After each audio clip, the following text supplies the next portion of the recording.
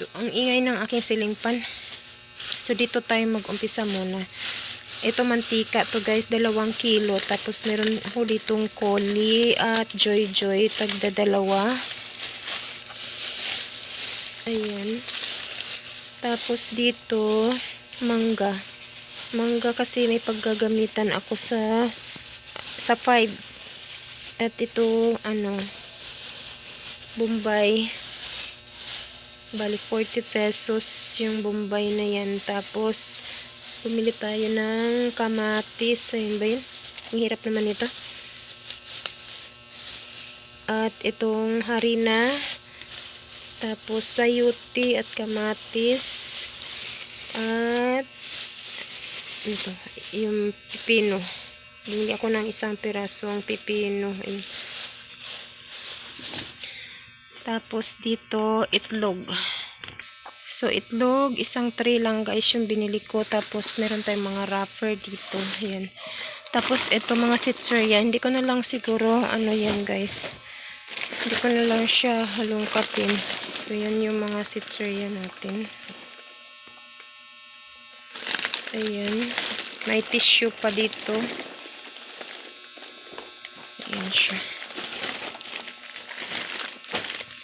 Ito, anong laman nito? Munggo.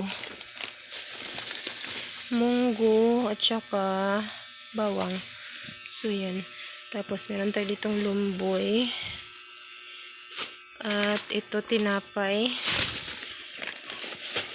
Tapos, cigarettes. At ito, bumili ako ng shower curtain. At ano pa ba? So, ito, hindi ko to binili guys sa akin yan. Tapos, meron pa ako ditong 2 pang mangga. At ito, crown. At, bumili ako ng maliit na kawali. Kasi, isa lang yung maliit ko na yung may lulutuin ka lang na, lang ba, itlog o lang. Yan. Tapos, meron tayo ditong tinapay guys. So, to, 22 na peraso. Nabawasan na siya. At meron tayong easy. Ayan. 1 pack. Tapos ito, buksan natin.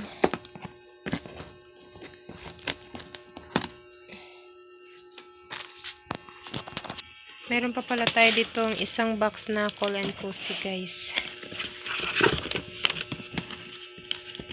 So, ito, bumili lang ako ng 1 Mighty kasi sa 6 pa yung ahente.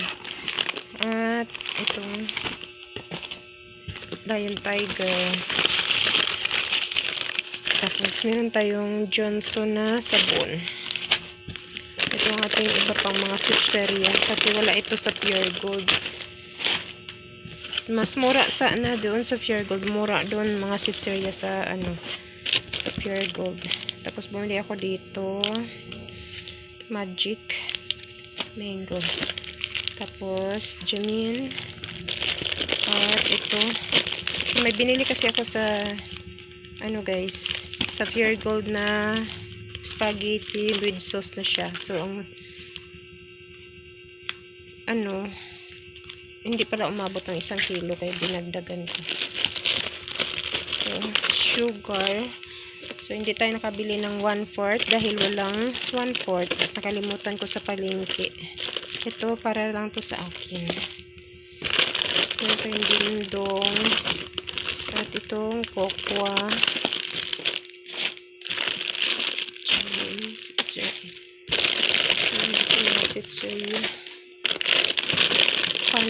Panky lang ito, panky.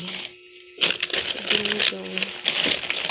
Tapos cream stick, pandesal meat, at itong lampin, caramel, Dutch milk, at 2 bihon, at itong sigo.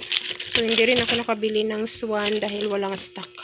Mabinta pa naman yung swan, kaso walang stock. So, dito tayo sa box of Pure Gold. Napagod ako kanina guys kasi pabalik-balik ako, galing ako Pure Gold.